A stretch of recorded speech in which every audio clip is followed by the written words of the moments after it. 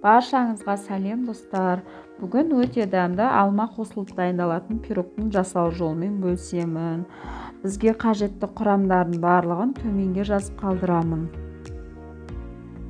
Алдымен ұнымызға бөлме температурасында тұрған сары майымызды салып, илеп аламыз.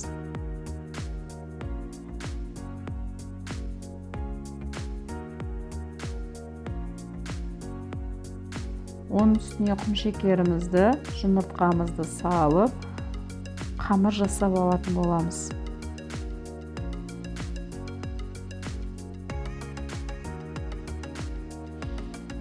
Бұл пирогтың жасалу жолы өте тез және оңай, дәмді болып шығады.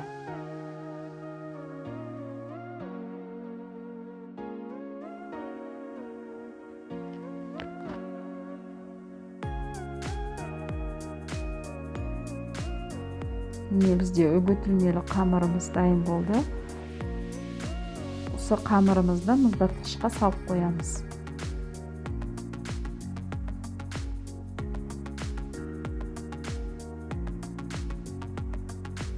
Бізге кремін жасап алу керек. Алдымен жұмыртқамызды миксерлеп аламыз. Аз-аздан құмшекерімізді салып отырып миксерлейміз.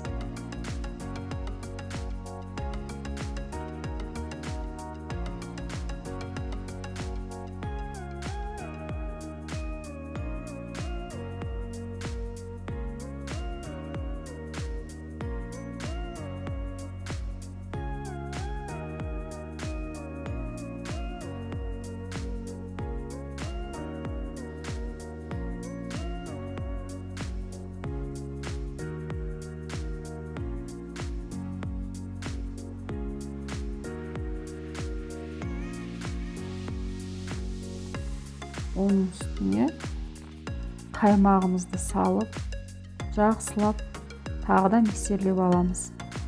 Бұл жерде менде үйдің қолдың қаймағы. Қандай қаймақ қоссаңыздар да бола береді. Енді қамырымызды алып, формамызға салып, бортик жасап алып, шетін шаншқымен бір тегіс қылып алып, үстіне алмамызды саламыз. Оның үстіне жасаған жаңағы кремімізді құйып 180 градуста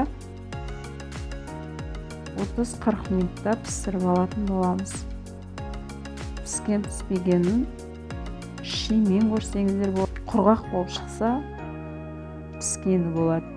Сіздер де міндетті түрде жасап, комментарияға пікір қалдырып, лайк басып кетіңіздер.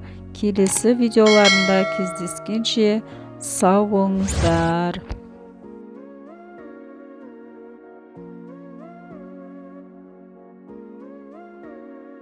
Сіздермен бірге болған Бота.